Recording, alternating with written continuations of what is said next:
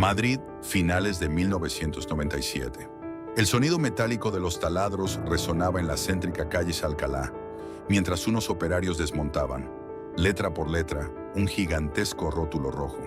Aquel cartel, con sus 6 letras inconfundibles, caía al suelo para ser reemplazado por un toldo verde que rezaba Champion.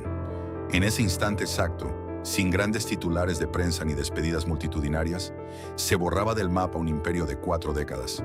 ¿Qué imperio? Durante los años 70 y 80, Simago fue mucho más que un simple supermercado. Fue el verdadero centro comercial de la clase trabajadora española. Era el lugar donde los niños suplicaban por una merienda en la cafetería, donde las familias llenaban los carros de comida en los bulliciosos sótanos, y donde los juguetes de los Reyes Magos cobraban vida en estanterías repletas de magia barata. Pero un día, el encanto se rompió. Aquellos pasillos repletos de vida se convirtieron en pasadizos lúgubres, estantes a medio vaciar, montañas de ropa desordenada y empleados con la mirada perdida, aguardando un final inevitable. La luz fluorescente que antes iluminaba los pasillos de ofertas, ahora parpadeaba sobre una atmósfera de decadencia. ¿Cómo es posible que la cadena que enseñó a toda una generación de españoles a comprar, la que democratizó el consumo en el centro de las ciudades, terminara siendo engullida y borrada de nuestras calles, sin dejar rastro? No fue simplemente un problema de ventas. Fue una mezcla letal de crisis de identidad corporativa, malas decisiones en los despachos y la llegada arrolladora de los gigantes de las afueras. Bienvenidos a la historia del almacén popular por excelencia de España. Un viaje nostálgico al corazón de los años 70, a la época de los primeros autoservicios, y al crudo relato de cómo una marca entrañable fue devorada por la implacable guerra de los hipermercados. España, año 1960. El país comenzaba a desperezarse lentamente tras más de 2 décadas de estricta autarquía y racionamiento. Con la reciente aprobación del Plan de Estabilización de 1959, las fronteras económicas empezaban a abrirse y una tímida pero imparable ola de modernidad se asomaba por los Pirineos. Sin embargo, en las calles de Madrid, Barcelona y en las capitales de provincia, el comercio seguía anclado en el pasado. Para la inmensa mayoría de las amas de casa españolas de la época, ir a comprar era un ritual lento y a menudo tedioso. El paisaje comercial estaba dominado por la tienda de ultramarinos, la mercería de barrio y la ferretería oscura. En estos establecimientos, un pesado mostrador de madera actuaba como una barrera física y psicológica entre el cliente y el producto. Todo debía pedirse de viva voz al tendero. Un cuarto de legumbres, 100 gramos de café, un ovillo de lana o un jabón. El dependiente despachaba, pesaba, envolvía en papel de estraza y anotaba el precio a lápiz. No había privacidad, no había posibilidad de curiosear libremente, y sobre todo, no había un conocimiento previo y transparente del precio final hasta que se hacía la cuenta. Fue en este ecosistema tradicional y rígido donde germinó una idea revolucionaria, impulsada por las familias fundadoras cuyos apellidos quedarían grabados para siempre en la memoria colectiva del país: Simó, Mayor y Gómez. Tomando las primeras sílabas de sus nombres, dieron a luz a una marca que sonaba moderna, rítmica y fácil de recordar: Simago. La inspiración de los fundadores no surgió de la nada. Habían mirado más allá de las fronteras, observando el rotundo éxito de los 5 y 10 centavos, Five and Dime, de la cadena Woolworths en Estados Unidos y de los magazines populaires como Prix Unique en Francia. El concepto era brillante en su simplicidad: crear un almacén popular. No querían competir con el lujo y la exclusividad de los emergentes grandes almacenes como Galerías Preciados o el Corte Inglés, cuyos pasillos alfombrados intimidaban a la clase trabajadora. Simago tenía un objetivo mucho más terrenal y masivo: democratizar el consumo. Cuando los primeros locales de Simago abrieron sus puertas en el corazón de las ciudades españolas, el impacto visual fue inmediato. Los viandantes se encontraban con fachadas amplias, escaparates acristalados y una iluminación fluorescente que inundaba el interior, desterrando las sombras típicas del comercio de barrio. Pero el verdadero shock cultural ocurría al cruzar el umbral. Por primera vez, no había mostradores que bloquearan el paso. Simago introdujo a gran escala en España un concepto que hoy nos parece rutinario, pero que entonces rozaba la ciencia ficción: el autoservicio. Al entrar, a los clientes se les ofrecía una cesta de alambre y se les daba una libertad inaudita: caminar libremente por los pasillos. Podían tocar las telas, sostener los botes de colonia en sus manos, examinar los juguetes y leer las etiquetas sin la mirada impaciente de un dependiente esperando a despachar. Este cambio de paradigma generó una tensión inicial. Muchas amas de casa de la época, acostumbradas al trato personalizado y al consejo del tendero, sentían cierto pudor al servirse a sí mismas. Temían equivocarse, romper algo o que las acusaran de llevarse productos sin pagar. Sin embargo, la barrera de la desconfianza se derrumbó rápidamente gracias a dos factores imbatibles: la abrumadora variedad y los precios fijos, claros y, sobre todo, extremadamente bajos. En Simago, un trabajador con el modesto sueldo del desarrollismo español podía encontrar de todo bajo un mismo techo. La planta baja, o a nivel de calle, era un caleidoscopio de artículos de bazar: cosmética barata, ropa interior, calcetines, pequeños electrodomésticos, discos, papelería y ferretería. Todo estaba apilado en estanterías metálicas estandarizadas, diseñadas para maximizar el espacio y fomentar la compra impulsiva. La estrategia de ubicación también fue magistral. Simago no se instalaba en la periferia, sino en las arterias comerciales más transitadas, en la calle mayor de cada ciudad. Eran locales amplios, de entre 1,000 y 3,000 metros cuadrados, a los que se podía llegar caminando desde casa o bajando del autobús urbano. No se necesitaba coche, un lujo que pocas familias poseían a principios de los 60.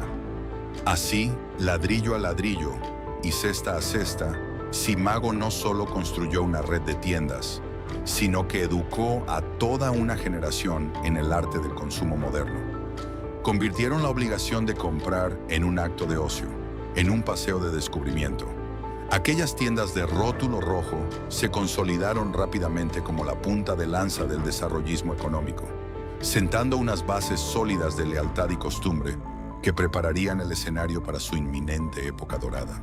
A medida que España dejaba atrás la austeridad de los años 60 y se adentraba en la ebullición social y económica de los 70, Simago dejó de ser simplemente una novedad comercial para convertirse en una institución. Durante esta década y la siguiente, la cadena alcanzó su apogeo absoluto. Las tiendas de rótulo rojo se multiplicaron por toda la geografía española, estableciéndose en los puntos más neurálgicos de las capitales de provincia y de las ciudades medianas.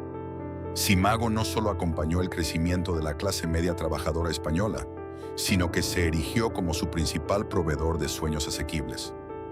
Entrar en un Simago en plena década de los 70 era sumergirse en un ecosistema vibrante, ruidoso y lleno de estímulos.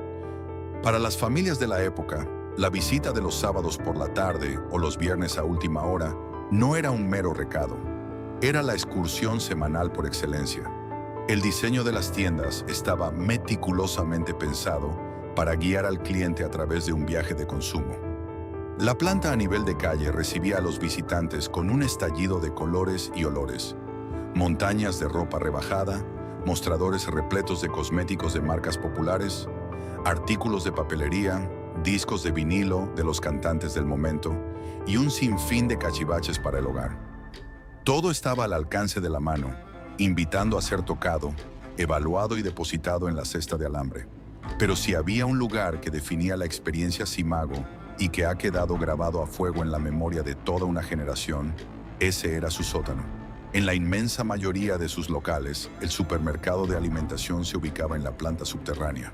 Bajar aquellas escaleras, a menudo las primeras escaleras mecánicas que muchos niños veían en su vida, era adentrarse en un paraíso terrenal de la abundancia. Atrás quedaba la escasez. Allí abajo los pasillos se extendían flanqueados por estanterías repletas de latas de conserva, cajas de galletas de marcas que hoy son leyenda, botellas de aceite y productos de limpieza modernos que prometían hacerle la vida más fácil a las amas de casa. Era el triunfo absoluto del producto envasado frente a la venta a granel. Sin embargo, el verdadero imán emocional de Simago, el gancho que convertía a los niños en los mejores prescriptores de la marca, era su mítica cafetería. Estratégicamente situada, solía recibir a los clientes con un aroma inconfundible a café tostado, cruasanes a la plancha, tortitas con nata y perritos calientes.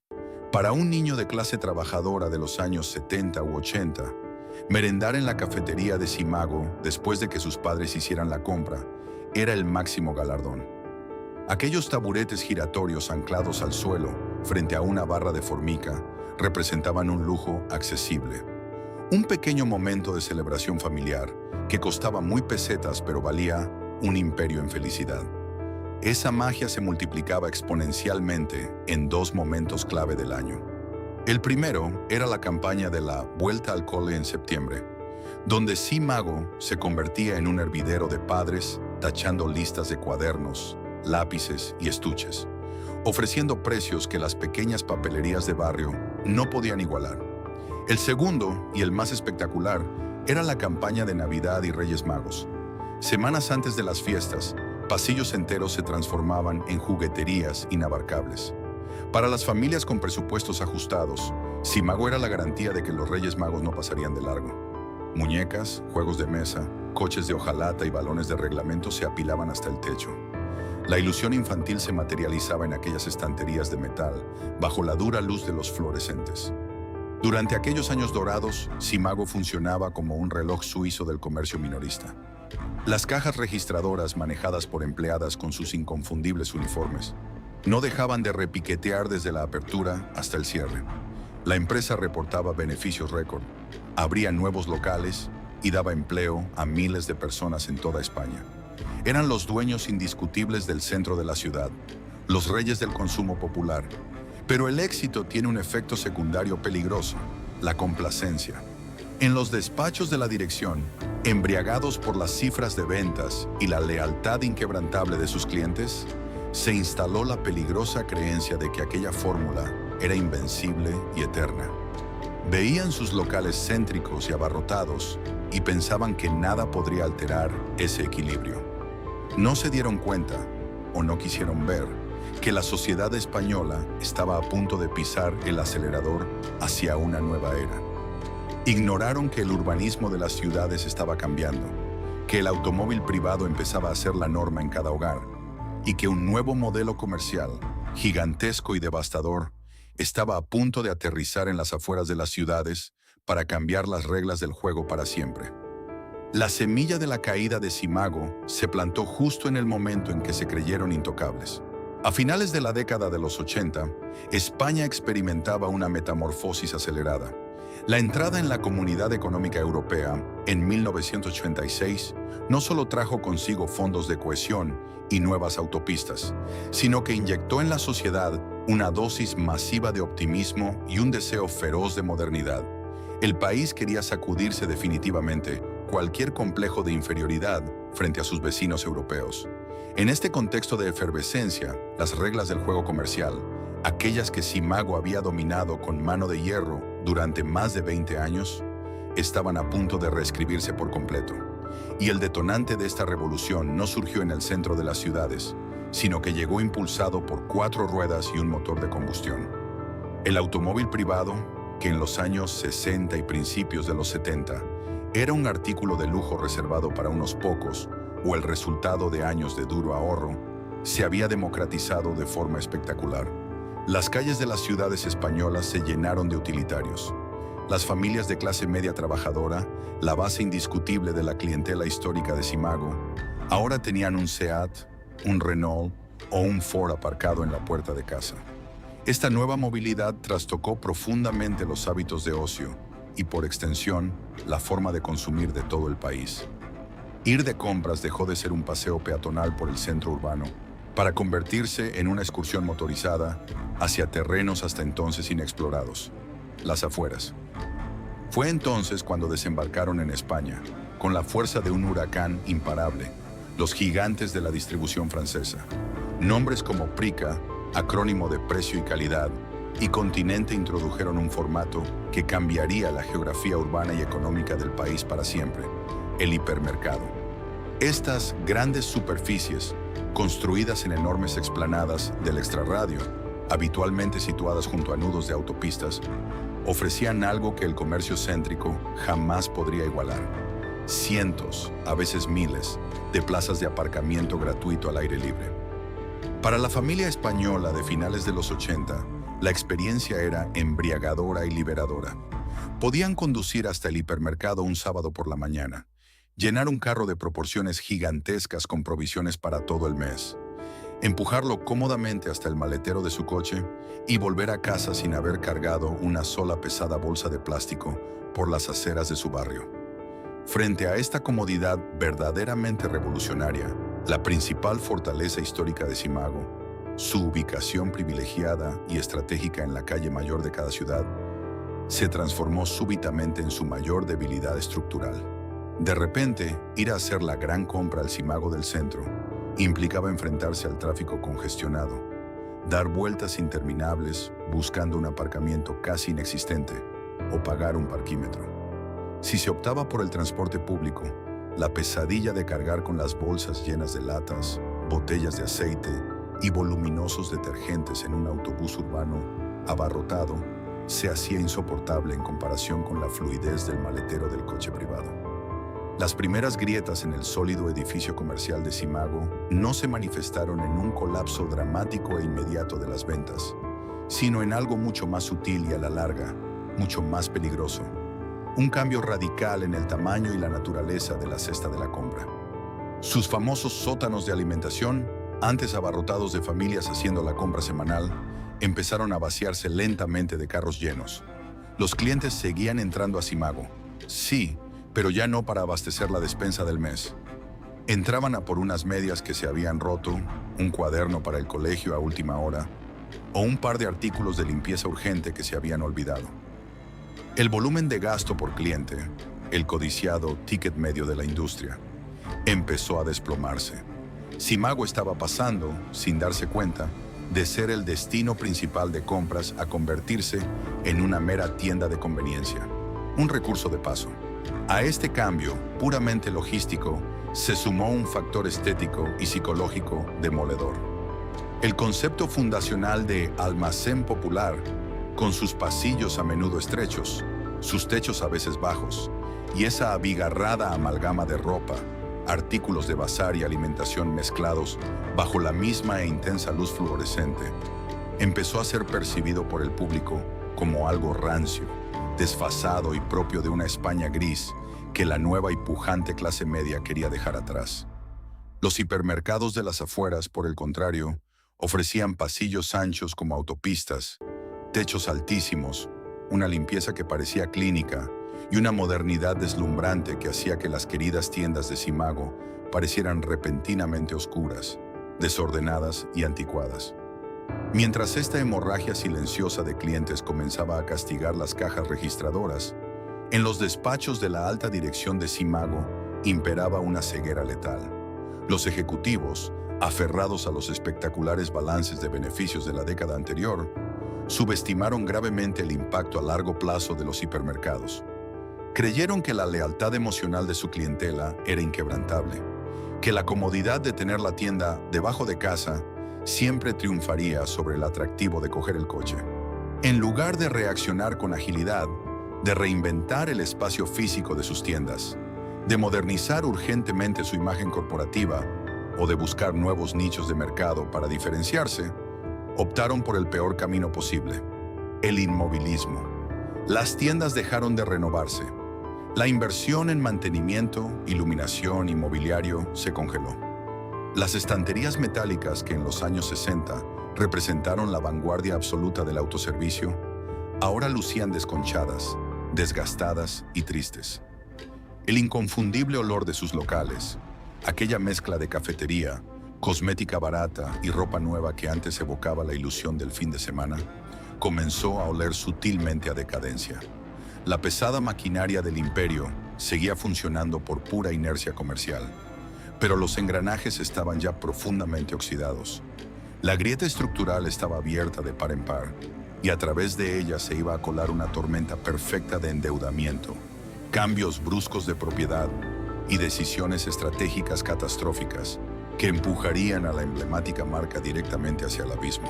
La entrada en la década de los 90 no fue una transición suave para Simago, fue un brusco despertar.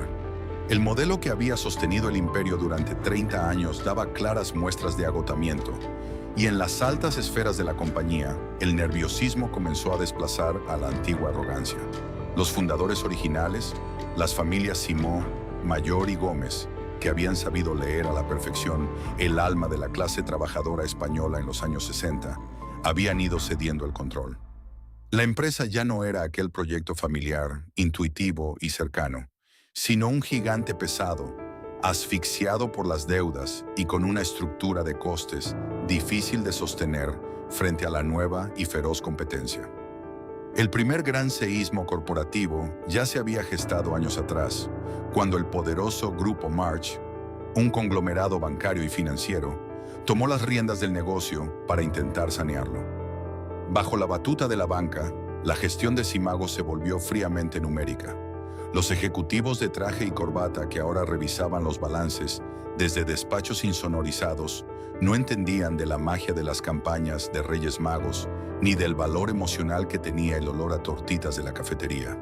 Solo veían márgenes de beneficio estrechándose mes a mes y locales que requerían una inversión millonaria que no estaban dispuestos a asumir. Y cuando los números dejaron de cuadrar, el Grupo March tomó la decisión más pragmática: vender al mejor postor. El año 1990 marcó el punto de no retorno para la cadena.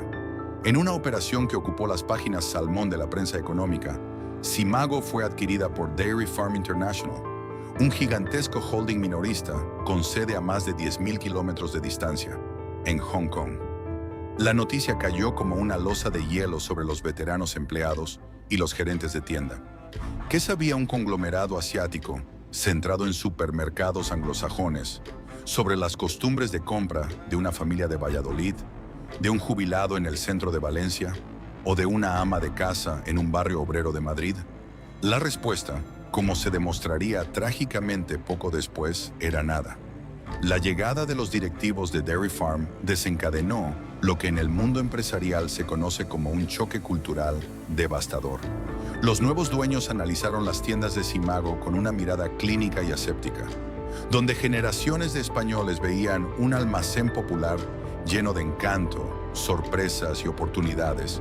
Los ejecutivos de Hong Kong solo veían un caos organizativo, un batiburrillo irracional de calcetines, sartenes, discos y latas de atún mezclados bajo un mismo techo. Su diagnóstico fue fulminante. Simago debía abandonar su naturaleza de bazar para convertirse en un supermercado moderno, eficiente y estandarizado. Comenzó entonces un proceso de limpieza corporativa que extirpó, de un plumazo, el alma misma de la marca. Se ordenó reducir drásticamente las secciones de no alimentación, textil, ferretería, juguetes y bazar, que históricamente habían sido el gran gancho comercial y el motivo por el cual las familias pasaban horas en las tiendas. Peor aún, se comenzaron a desmantelar progresivamente las míticas cafeterías, aquellos espacios de encuentro social que daban vida a los locales y fidelizaban a los niños. En su lugar, se alinearon aburridos y repetitivos lineales de conservas y productos de primera necesidad. El objetivo de Dairy Farm era racionalizar el espacio por metro cuadrado, pero el resultado a pie de calle fue desolador. Al entrar en su Simago de toda la vida, la clientela habitual se encontró con un espacio descafeinado y profundamente frío. El lugar ya no invitaba al paseo ociosos ni a la compra impulsiva de un capricho barato. La experiencia de compra había perdido toda su magia. Al intentar arreglar Simago, los nuevos dueños le provocaron una crisis de identidad letal. La marca quedó atrapada en un limbo comercial incomprensible. Al intentar modernizarse y cambiar su surtido, dejaron de ser la opción barata y divertida para la clase trabajadora. Pero, al mismo tiempo, sus tiendas seguían estando en locales cada vez más viejos y mal iluminados, por lo que jamás lograrían atraer a la clase media aspiracional que prefería los relucientes centros comerciales. Simago ya no era ni un bazar popular, Ni un gran hipermercado, ni una boutique de calidad. Se había convertido en un barco a la deriva, sin brújula y perdiendo pasajeros a cada milla. Justo cuando en el horizonte comercial de España se empezaban a vislumbrar las velas negras de unos nuevos y despiadados competidores. La tragedia estratégica de Simago, durante la etapa bajo el control del grupo asiático Dairy Farm, no residió únicamente en la mutilación de su propio formato tradicional, sino en su absoluta y letal ceguera ante lo que estaba ocurriendo fuera de sus puertas. Mientras los ejecutivos de la compañía intentaban, de forma torpe y aséptica, transformar un histórico bazar popular en un supermercado estándar, un nuevo enemigo silencioso y tremendamente agresivo había comenzado a infiltrarse en los barrios de toda España. Si por un flanco los gigantescos hipermercados de las afueras les estaban robando la compra grande del fin de semana, por el otro flanco, el del día a día, emergió una amenaza aún más directa: el modelo de hard discount o descuento duro. A finales de los 80 y durante toda la década de los 90, cadenas como la española Día, distribuidora internacional de alimentación, experimentaron una expansión explosiva. El concepto del hard discount era crudo, espartano y tremendamente efectivo. Sus tiendas eran mucho más pequeñas que un Simago, se instalaban en locales baratos de casi cualquier callejón de barrio y reducían los costes operativos al mínimo absoluto. No había decoración, no había música ambiente, la iluminación era básica y los productos se exhibían directamente en las cajas de cartón sobre palés de madera. A cambio de esta nula experiencia estética, ofrecían unos precios en alimentación básica y productos de marca blanca que Simago, con sus enormes locales céntricos y su pesada estructura de personal, era matemáticamente incapaz de igualar. De la noche a la mañana, Simago se vio atrapada en la posición más peligrosa y vulnerable en la que puede caer una marca de retail: la tierra de nadie. Ya no eran el lugar más barato del barrio para comprar leche, aceite o detergente, porque ese trono se lo había arrebatado Día y las incipientes cadenas de descuento alemanas. Tampoco eran el lugar más atractivo, variado y moderno para pasar la tarde del sábado, porque ese espacio estaba ahora dominado por Prica, Continente y los deslumbrantes nuevos centros comerciales que florecían en el extrarradio de las ciudades.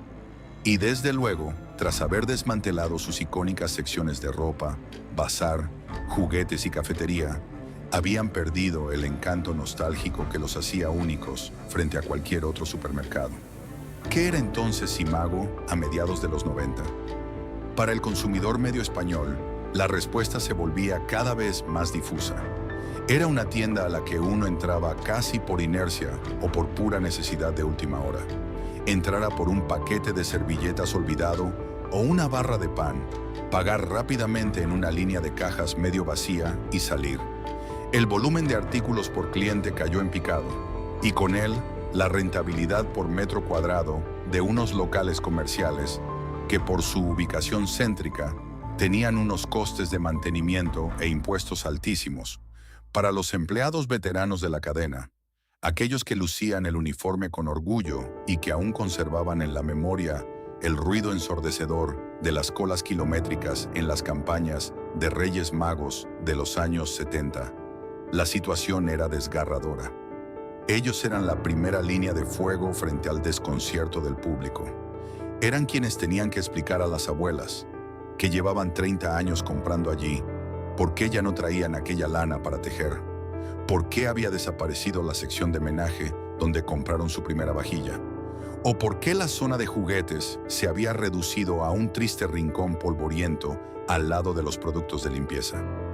La sangría financiera se volvió insostenible. Dairy Farm, dándose cuenta finalmente de que no lograba descifrar el complejo código del consumo español y de que su inversión se estaba hundiendo rápidamente en un pozo de pérdidas, comenzó a buscar desesperadamente una salida. La marca Simago estaba herida de muerte en los balances contables, pero lo que era aún más trágico, estaba perdiendo aceleradamente el respeto y el cariño de la calle. Las tiendas pasaron de ser el orgullo del centro urbano a convertirse en espacios melancólicos, un reflejo físico de una empresa que había olvidado quién era y a quién servía, preparándose para entrar en la fase más oscura y visible de su agonía. Para mediados de la década de los 90, la profunda crisis estratégica de Simago ya no era un secreto confinado a los oscuros despachos de los directivos o a las frías páginas de los diarios económicos. Se había manifestado físicamente, convirtiéndose en una realidad palpable, visual y dolorosa para cualquiera que cruzara sus puertas. Las tiendas, aquellas mismas que décadas atrás habían sido el pináculo indiscutible de la modernidad y el asombro para la clase trabajadora española, se transformaron lentamente en un museo involuntario de una época que ya no existía. Comenzó entonces la fase más visual y emocionalmente devastadora del declive, la lenta y silenciosa agonía en los pasillos. El deterioro estético era innegable y transmitía una sensación de abandono que encogía el corazón de sus clientes más leales. La falta de inversión por parte de los sucesivos propietarios, obsesionados únicamente con cuadrar los números a corto plazo, se evidenciaba en cada rincón del establecimiento. Los clásicos suelos de terrazo, que en los vibrantes años 70 brillaban bajo el incesante paso de miles de familias en busca de ofertas, ahora lucían opacos, irremediablemente gastados y, en muchos casos, torpemente remendados. La iluminación, antaño un faro deslumbrante de progreso comercial en las calles céntricas, se había vuelto mortecina. Los tubos fluorescentes parpadeaban intermitentemente o tardaban semanas en ser reemplazados, proyectando sombras alargadas y melancólicas sobre estanterías de metal desconchado que ya no rebosaban abundancia. El surtido de productos, víctima directa de los constantes bandazos estratégicos de la dirección de Dairy Farm, presentaba un aspecto caótico, desordenado y a menudo deprimente. Las zonas donde antes se levantaban imponentes montañas de juguetes durante las campañas de Reyes Magos, o las coloridas y bulliciosas exhibiciones de moda popular, ahora albergaban huecos vacíos o mercancía apilada sin ningún tipo de criterio estético. Era común y profundamente triste ver restos de colecciones textiles pasadas de moda conviviendo, apenas a un pasillo de distancia, con aburridos lineales de alimentación básica que intentaban, sin ningún éxito, imitar la sobriedad espartana del emergente modelo hard discount. Pero quizás la pérdida más dolorosa, la herida mortal definitiva en el alma comercial de Simago, fue la desaparición total de sus míticas cafeterías. Aquellos entrañables rincones donde siempre olía a tortitas recién hechas, cruasanes y café tostado, que habían funcionado como el principal motor emocional para atraer a las familias enteras, fueron desmantelados despiadadamente. El objetivo era ganar unos cuantos metros cuadrados extra de exposición para latas y detergentes, unos metros que jamás lograron rentabilizarse. Al arrancar la cafetería, Simago extirpó su propio corazón. Las tiendas perdieron de golpe su olor característico, su ruido festivo de tazas y conversaciones cruzadas, y su incalculable valor como punto de encuentro vecinal. El silencio que se instaló en los pasillos, interrumpido únicamente por el zumbido eléctrico de alguna nevera vieja o el eco solitario de unos pocos pasos, resultaba ensordecedor. Frente a este dantesco escenario de decadencia, se encontraban los empleados. Las cajeras y los reponedores veteranos, muchos de los cuales llevaban más de 20 o 30 años dedicados a la empresa, se convirtieron en testigos de primera fila, mudos e impotentes, del derrumbe de la que consideraban su propia casa. Enfundados en uniformes desgastados que parecían pertenecer a otra era comercial, sus rostros tras los mostradores reflejaban una densa mezcla de intensa nostalgia, incertidumbre por su futuro laboral y una profunda resignación. Ellos, que en su juventud habían vivido con orgullo las épocas donde literalmente había que regular el acceso de la multitud en las puertas de la calle Mayor durante las rebajas de enero, ahora pasaban horas muertas reordenando estoicamente estantes a medio vaciar, esperando a una clientela que apenas llegaba a cuentagotas.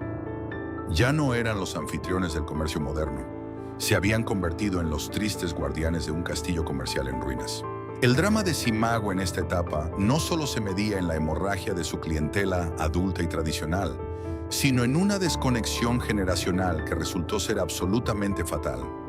Aquellos niños que durante los años 70 y 80 correteaban felices por los bulliciosos sótanos buscando juguetes, o que asociaban íntimamente el nombre de la marca con la alegría de la Navidad y las recompensas familiares en la cafetería, habían crecido. Ahora, en plena década de los 90, eran adolescentes o jóvenes adultos con un poder adquisitivo emergente y, sobre todo, con nuevas e intensas aspiraciones de ocio. Para esta nueva generación de consumidores, Simago representaba todo lo que querían dejar atrás: la España antigua, las estrecheces superadas, lo desfasado. El contraste generacional era brutal cuando se comparaba la vetusta realidad de las tiendas de rótulo rojo con la nueva y espectacular revolución del retail que estaba barriendo el país. El centro comercial moderno. Complejos arquitectónicos inmensos, dotados de aire acondicionado impecable, cines multisala, relucientes zonas de restauración y galerías de mármol brillante, donde se instalaban las franquicias de moda juvenil internacional y las pujantes marcas del grupo Inditex. Ir a uno de estos nuevos templos del consumo urbano, un sábado por la tarde, era un acto de estatus social, el epicentro de la vida juvenil. Frente a la deslumbrante modernidad de estos espacios, proponer entrar a un Simago avejentado, con su suelo de terrazo opaco y sus percheros lúgubres, provocaba el rechazo inmediato de los más jóvenes. Las tiendas se vaciaron de juventud. Y en el implacable mundo del comercio minorista, perder a la generación de relevo equivale a firmar una sentencia de muerte en diferido. Al no existir una renovación natural de la clientela, la pirámide demográfica de Simago envejeció de golpe. Las madres que antes llevaban a sus hijos de la mano para comprarles la ropa del colegio ahora hacían compras rápidas y utilitarias solas, o directamente habían migrado a las grandes superficies de las afueras. La percepción pública de la marca tocó fondo de una manera cruel, instalándose en el imaginario colectivo de la peor forma posible. En el lenguaje coloquial de la calle, el nombre de Simago empezó a usarse tristemente como un adjetivo despectivo, una broma recurrente para referirse a prendas de vestir de mal gusto o artículos carentes de calidad. Aquel logotipo que durante más de 2 décadas fue el símbolo indiscutible de la democratización del consumo y de la ilusión de la clase trabajadora española, ahora solo inspiraba una lánguida indiferencia. El efecto llamada había desaparecido por completo. Cruzar las puertas de Simago ya no era una excursión, sino un último recurso. Esta agonía física y emocional en los pasillos contrastaba de forma sumamente irónica con el incalculable valor oculto que aún poseía la compañía. Mientras la operativa diaria del supermercado se desmoronaba y los balances contables mostraban cifras rojas alarmantes, Simago seguía sentada sobre un auténtico tesoro inmobiliario. Sus locales, aunque decadentes por dentro, seguían ocupando miles de metros cuadrados en las mejores, más transitadas y cotizadas calles de las principales ciudades españolas. Unos espacios céntricos y monumentales que, en un urbanismo cada vez más saturado y caro, eran materialmente imposibles de replicar. La empresa se asfixiaba por su propia inoperancia, lastrada por unos directivos que, desde la lejanía, solo sabían aplicar recortes a un presupuesto ya anémico, empeorando aún más la experiencia de compra. Simago se había convertido en un gigante ciego, debilitado y sin rumbo. Pero en el despiadado tablero de ajedrez del retail, un gigante herido que posee las mejores casillas de la ciudad no tarda en atraer las miradas de los depredadores más grandes. La melancólica agonía solitaria en los pasillos estaba a punto de ser interrumpida abruptamente por una guerra corporativa a escala monumental. Mientras Simago se desangraba lentamente en sus propios pasillos, perdiendo su identidad y a su clientela histórica, en el exterior se estaba librando una batalla titánica que alteraría para siempre el mapa comercial de España. A mediados de la década de los 90, la distribución minorista en el país se había convertido en un tablero de ajedrez donde las piezas eran movidas por corporaciones multinacionales con bolsillos insondables y una sed insaciable de cuota de mercado. En esta guerra abierta, los principales contendientes no hablaban el lenguaje de las antiguas familias comerciantes españolas. Hablaban francés y operaban a una escala que el mercado ibérico nunca había presenciado. Grupos gigantescos como Carrefour, que operaba en España bajo la exitosa marca Prica, Promodés, propietaria de la cadena Continente, y Auchan, Alcampo, habían dominado magistralmente la primera fase de la revolución comercial, la conquista del extrarradio. Durante más de una década, habían sembrado las afueras de las grandes y medianas ciudades con inmensos hipermercados, atrayendo a las familias motorizadas para la gran compra semanal o mensual. Sin embargo, hacia 1996, este modelo de expansión masiva comenzó a mostrar signos de agotamiento. Las licencias municipales para construir nuevas grandes superficies se endurecieron drásticamente. Los mejores terrenos junto a las autopistas ya estaban ocupados y el mercado de las afueras rozaba la saturación. Fue entonces cuando los estrategas de estos gigantes franceses, sentados en sus sedes de París, se dieron cuenta de una falla crítica en su plan de dominio total. Habían descuidado la compra de proximidad. Se habían llevado el gran gasto del sábado, pero habían dejado escapar el gasto recurrente y diario, el del pan, la leche, la fruta y los olvidos urgentes. Ese dinero que el consumidor prefería gastar bajando a pie a la calle de su barrio en lugar de coger el coche. Para ganar la guerra definitiva del retail, los hipermercados necesitaban desesperadamente entrar en el corazón de las ciudades. Pero conquistar el centro urbano presentaba un desafío logístico e inmobiliario formidable. Comprar locales de gran tamaño en arterias comerciales de primera línea como la calle Alcalá en Madrid, el centro neurálgico de Valencia o las zonas históricas de Valladolid o Santander era económicamente prohibitivo y, en la mayoría de los casos, físicamente imposible porque esos espacios ya no existían. Es en este preciso instante estratégico donde la trágica situación de Simago cobra una relevancia monumental. A ojos de los ejecutivos del grupo Promodés, Simago dejó de ser vista como una cadena de supermercados competidora. Su marca estaba profundamente devaluada, su modelo de negocio era un desastre operativo y sus balances contables, bajo la errática gestión del grupo asiático Dairy Farm, arrojaban pérdidas millonarias año tras año.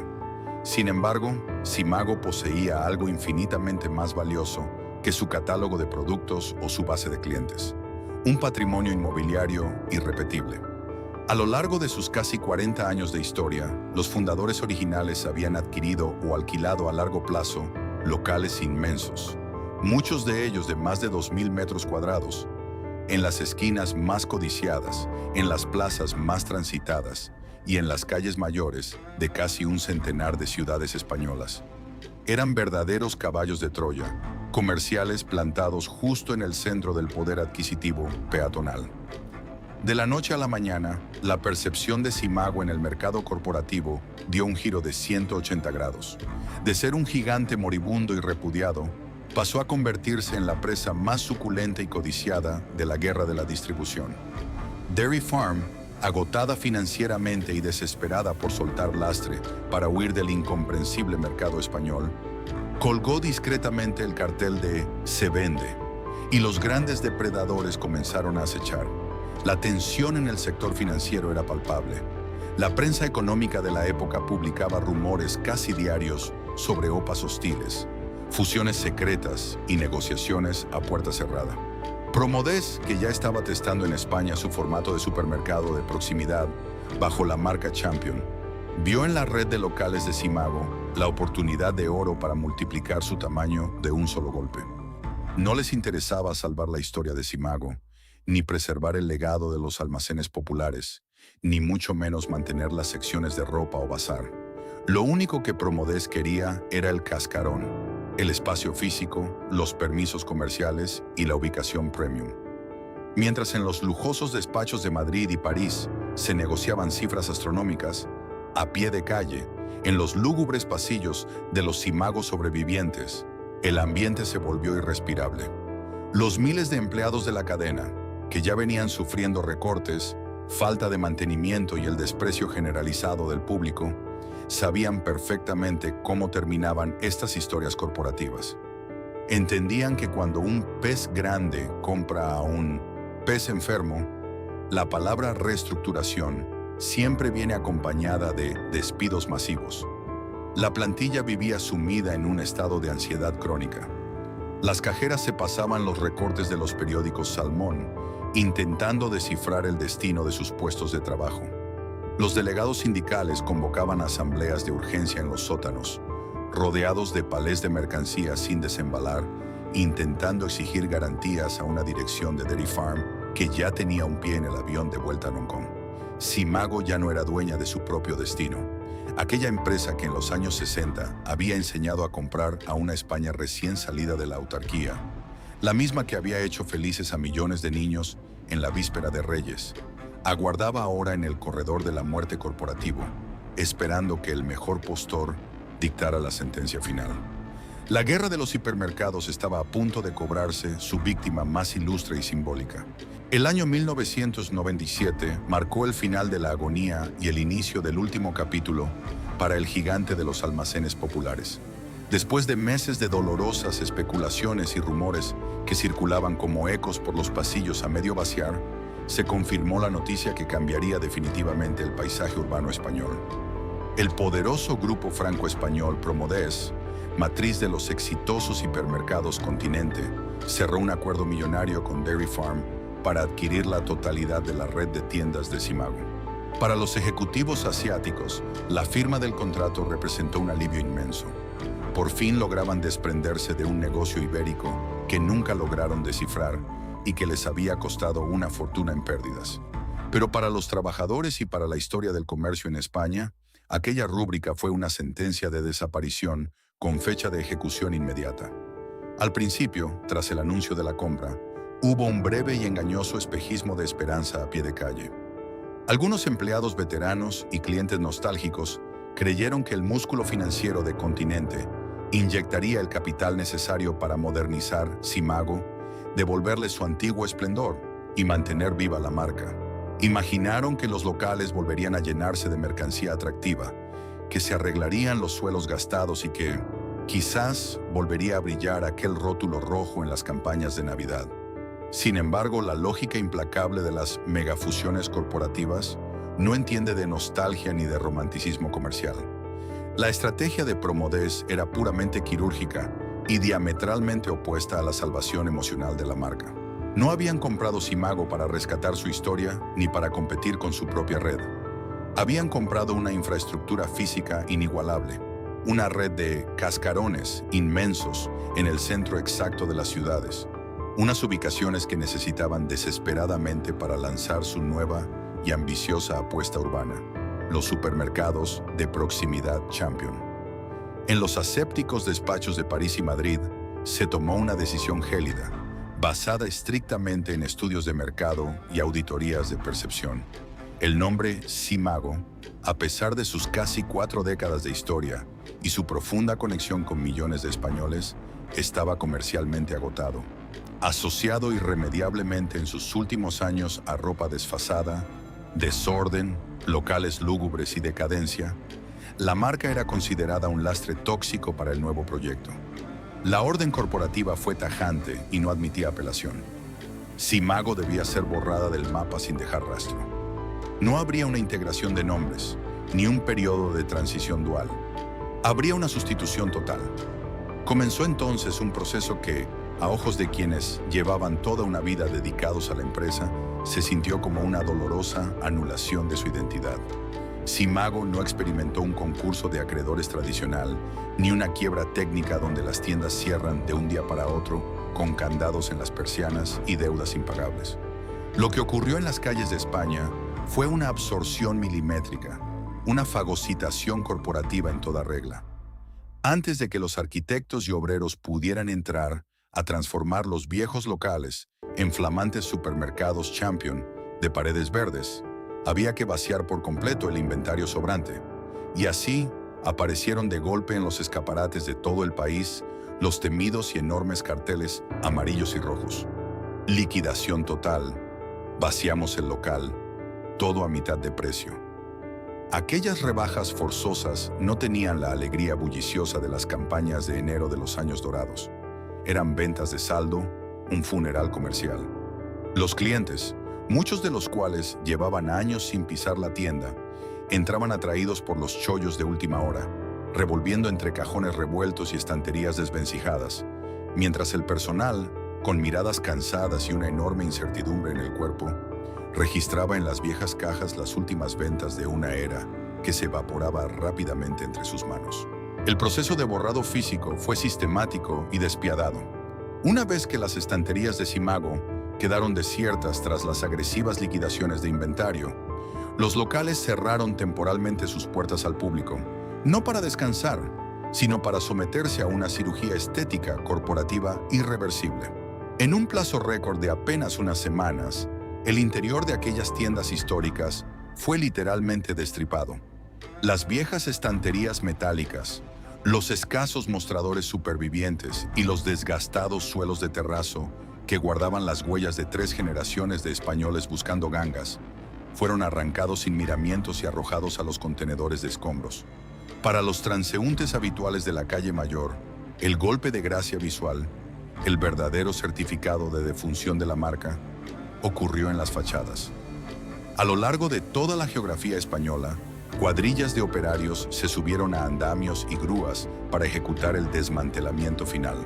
Letra a letra, el icónico rótulo rojo que rezaba SIMAGO fue desatornillado de las marquesinas.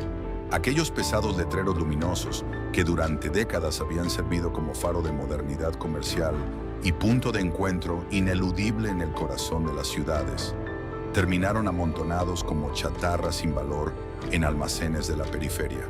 En su lugar, se izaron rápidamente flamantes toldos y carteles de un verde brillante con la rotunda palabra Champion. El impacto humano de esta absorción fue igualmente traumático y silencioso.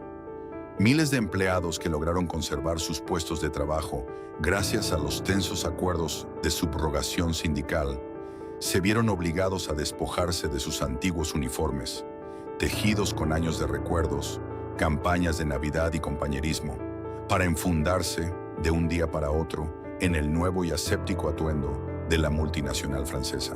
Pasaron de ser los trabajadores de un emblemático y familiar almacén popular a convertirse en meros empleados de una cadena de supermercados estandarizada. Sus rutinas cambiaron, las exigencias de productividad se endurecieron, pero lo más doloroso fue constatar que el alma del lugar donde habían invertido media vida había sido extirpada para siempre. Cuando los nuevos supermercados Champion abrieron finalmente sus persianas, el público se encontró con establecimientos indudablemente modernos, eficientes y bien iluminados, pero fríos y repletos exclusivamente de líneas de alimentación. No quedaba ni el más mínimo rastro de las libretas de papelería, de las secciones de ropa, ni por supuesto de los juguetes baratos. Simago había sido tragado sin compasión por la maquinaria del hipermercado urbano. La histórica cadena no murió víctima de una quiebra espectacular que dejara edificios abandonados como monumentos a su ruina. Sufrió un destino comercialmente mucho más implacable y cruel. Fue fagocitada, digerida, y su identidad fue borrada quirúrgicamente de las calles para que un gigante corporativo pudiera devorar su cuota de mercado. La absorción se había completado, y con ella, un capítulo fundamental de la historia del retail español se cerraba a cal y canto. Con la llegada del año 1998, el polvo de la demolición corporativa finalmente se asentó en las calles de España. Donde antes reinaba el inconfundible rojo de Simago, ahora se imponía el verde vibrante de los supermercados Champion. Para el viandante apresurado, la transición pareció rápida y aséptica, un simple cambio de fachada en el vertiginoso ritmo de la ciudad moderna. Sin embargo, en el despiadado y acelerado ecosistema del retail de finales de los 90 y principios de los 2000, la estabilidad era apenas un espejismo. El destino tenía preparada una amarga e irónica lección de humildad corporativa para la cadena que había ejecutado a Simago. Apenas un par de años después de la absorción, el mapa de la distribución en Europa sufrió el mayor terremoto de su historia. En 1999, los dos titanes franceses que habían estado compitiendo ferozmente por dominar el mercado, Promodés, matriz de Continente y Champion, y Carrefour, matriz de Prica, anunciaron una fusión monumental. De la noche a la mañana, nació el segundo grupo de distribución más grande del mundo. En España, esta fusión titánica significó que Prica y Continente, los archienemigos de las afueras, se fusionaran bajo la única y poderosa marca de Carrefour. Pero, ¿qué iba a pasar con la red de supermercados urbanos Champion, construida literalmente sobre los cimientos de Simago? Durante algunos años, Champion logró sobrevivir operando como el formato de proximidad del nuevo gigante. Sin embargo, la lógica de la optimización de marcas es implacable. Hacia el año 2005, la cúpula directiva de Carrefour tomó una decisión estratégica idéntica a la que Promodés había tomado con Simago una década atrás. Consideraron que mantener la marca Champion era redundante y poco eficiente. Decidieron que todo su ecosistema debía girar en torno al nombre matriz. Así, en un acto de pura justicia poética comercial, la marca que había borrado a Simago fue, a su vez, borrada del mapa. Los carteles verdes de Champion fueron desatornillados y reemplazados por los rótulos de Carrefour Express y, posteriormente, Carrefour Market. El cazador había sido cazado, el ejecutor corporativo sufrió su propia ejecución pública. Para los antiguos empleados de Simago, que aún conservaban sus puestos, fue la segunda vez que les cambiaban el uniforme y la identidad sin moverse del mismo edificio. Pero la historia de los locales físicos, aquellos inmensos y codiciados metros cuadrados en el corazón de las ciudades, tomó rumbos aún más fascinantes y diversos, reflejando fielmente la profunda metamorfosis del urbanismo comercial español en el siglo XXI. No todos los antiguos Simago se convirtieron en supermercados Carrefour. Muchos de aquellos locales resultaban excesivamente grandes para el formato de supermercado de barrio moderno, o sus alquileres en zonas super premium se volvieron insostenibles solo vendiendo alimentación. Carrefour comenzó a deshacerse de los establecimientos más emblemáticos y colosales. Y fue entonces cuando entraron en escena los nuevos reyes indiscutibles de la calle Mayor.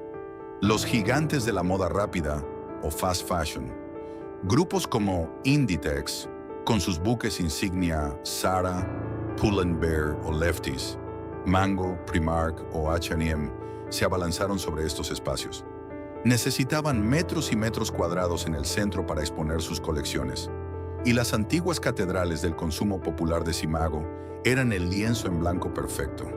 Hoy en día, si caminamos por las calles más comerciales de España, es muy probable que estemos pisando el mismo suelo que hace 40 años pisaron miles de familias buscando las ofertas de Simago. Aquel mítico sótano donde los niños bajaban hipnotizados a la zona de juguetes o se maravillaban con el olor a tortitas de la cafetería, hoy alberga a los probadores iluminados con luces LED de una tienda de ropa juvenil o el inmenso almacén oculto de un Carrefour Market. Las escaleras mecánicas originales han sido sustituidas. Las fachadas de ladrillo y cristal han sido recubiertas de paneles minimalistas, pero la huella arquitectónica, el esqueleto del edificio, sigue siendo el mismo. Para las generaciones de españoles que vivieron la época dorada de los almacenes populares, estos lugares operan como auténticos fantasmas urbanos. Aunque sus ojos vean los maniquíes de última moda o las asépticas cajas de autopago de un supermercado express, su memoria sensorial les sigue devolviendo el eco de las cajas registradoras antiguas, el repiqueteo de los villancicos en diciembre y el bullicio de una España de clase trabajadora que encontraba la felicidad en pequeños lujos asequibles. Simago desapareció de los registros de la propiedad y de los letreros de neón, pero dejó diseminados por toda la geografía española cientos de altares invisibles de la nostalgia colectiva. Ha pasado casi un cuarto de siglo desde que el último rótulo rojo de Simago fue desatornillado de las fachadas españolas. Para las nuevas generaciones, aquellas que han nacido con un smartphone en la mano, que compran ropa deslizando el dedo por una pantalla y que reciben sus pedidos en cajas de cartón en menos de 24 horas, la palabra Simago no significa absolutamente nada. Sin embargo, basta con pronunciar ese nombre de 3 sílabas en una comida familiar, frente a padres y abuelos, para comprobar cómo el ambiente cambia instantáneamente. Las miradas se iluminan, las sonrisas afloran y un torrente de recuerdos compartidos comienza a brotar. ¿Por qué una simple cadena comercial que en sus últimos años de existencia estuvo marcada por la decadencia, los pasillos lúgubres y la incomprensión corporativa sigue evocando tanta ternura en la memoria colectiva del país? La respuesta trasciende ampliamente la mera transacción económica. El retail, en su expresión más profunda, no trata solo de vender productos, trata de construir el telón de fondo de la vida cotidiana de las personas. Y durante casi 40 años, Simago fue el escenario principal donde se desarrolló la infancia, la juventud y la madurez de millones de españoles. Para la generación que creció en las décadas de los 60, 70 y 80, Simago representó el primer contacto tangible con la abundancia tras la escasez de la posguerra. No era el lujo inalcanzable, ni el escaparatismo intimidante que exigía ir vestido de domingo. Era la democratización del consumo en su estado más puro. Aquellos inmensos locales enseñaron a toda una clase trabajadora que ellos también tenían derecho a pasear libremente entre estanterías, a tocar los productos antes de comprarlos, a elegir, a comparar y a permitirse pequeños caprichos que dignificaban su día a día. La nostalgia que envuelve a la marca es profundamente sensorial. Quienes fueron niños en aquella época no recuerdan los balances financieros de la empresa ni la guerra contra los hipermercados franceses. Recuerdan con una claridad asombrosa el inconfundible olor que desprendían las escaleras mecánicas que bajaban al sótano. Una mezcla hipnótica de goma, café recién molido, cosmética popular y ropa nueva.